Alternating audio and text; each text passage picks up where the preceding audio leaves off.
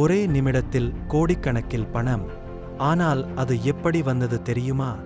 பங்குச் சந்தையின் பிக்புல் என அழைக்கப்படும் ஹர்ஷத் மேத்தா 90களில் மும்பையில் இருந்து தனது பங்குச் சந்தை பயணத்தை தொடங்கினார். அவர் வங்கிகளுக்கிடையிலான பண பரிமாற்ற முறையின் குறைகளை பயன்படுத்தி பெரிய தொகை பணத்தை சந்தைக்கு கொண்டு வந்தார். அந்த பணத்தை வைத்து பங்குகளை வாங்கி விலையை செயற்கையாக உயர்த்தினார். இதனால் பங்குகள் வெகுவாக உயர்ந்து பலர் முதலீடு செய்தனர். ஆனால் 1992இல் 5000 கோடி ரூபாய் மோசடி வெளிவந்ததும் இந்திய பங்குச் சந்தையில் அதிர்ச்சி ஏற்பட்டது. மேத்தா மீது வழக்குகள் தொடரப்பட்டு சந்தை வீழ்ச்சி ஏற்பட்டது. இந்த மோசடி இந்திய நிதி அமைப்பில் புதிய கட்டுப்பாடுகளை ஏற்படுத்தியது. இவர் 2001இல் சிறையில் இருந்தபோது மாரடைப்பால் உயிரிழந்தார். அவர் வாழ்க்கையும் மோசடியும் பங்குச் சந்தை வரலாற்றில் முக்கிய நிகழ்வாகும்.